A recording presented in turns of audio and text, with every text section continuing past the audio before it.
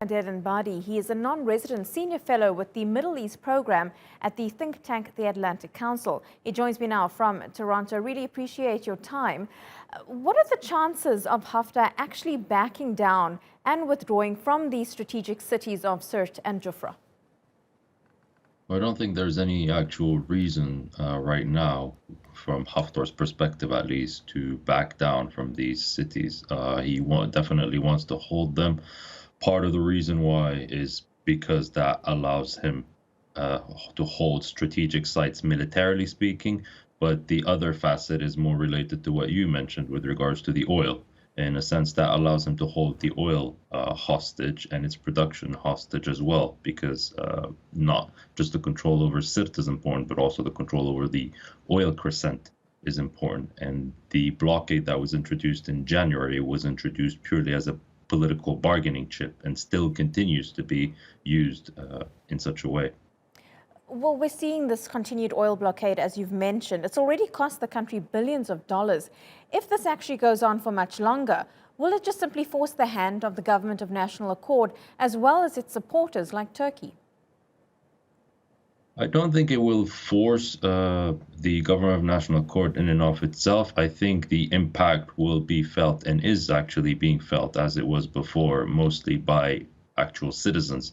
Unfortunately, we had an episode of a blockade before that lasted somewhere along the lines of 2 years. We're still feeling the impact of it now, both in terms of the purchasing power of citizens, but also in terms of how much the Libyan dinar is now actually valued in the black market, not in the official market. And the official, let's say, the rate of the Libyan dinar is still being accessed, or only politicians are still able to access it, whereas it's the citizens that have felt most of the impact or the trickle down of that effect.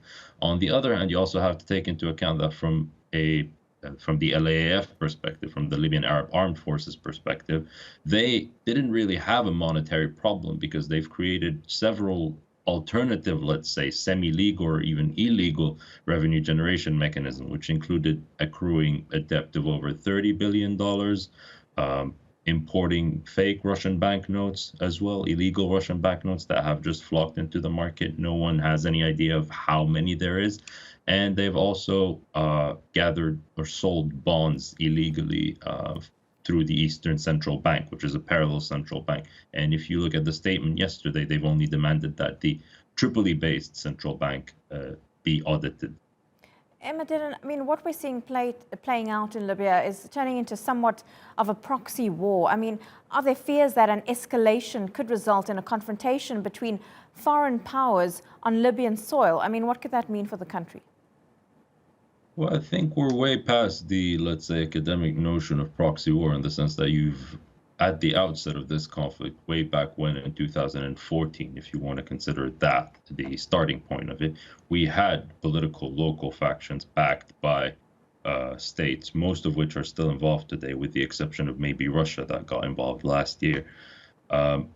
Now, this phase of the conflict, it augurs actually foreign powers and internationalization unlike any seen before, because the military buildup over the past months, or over the past 2 months, let's say, since Al-watiya has been seized and since Haftar's forces have been rooted out, the military buildup by Turkey, by Russia, by the UAE is very, very high. So it is likely that if a confrontation ensues over Sirte or over the oil crescent in central Libya, it will be Libyan doing the fighting on the ground, but there will be significant amount of weaponry, military hardware, and even strikes that are conducted directly by foreign powers. And they might clash directly, and the repercussions of that will be unfortunately borne by the Libyan people for the most part, but it augurs an escalation that will be very difficult to untangle. So another chapter in the conflict that will introduce new dynamics that are no longer domestic,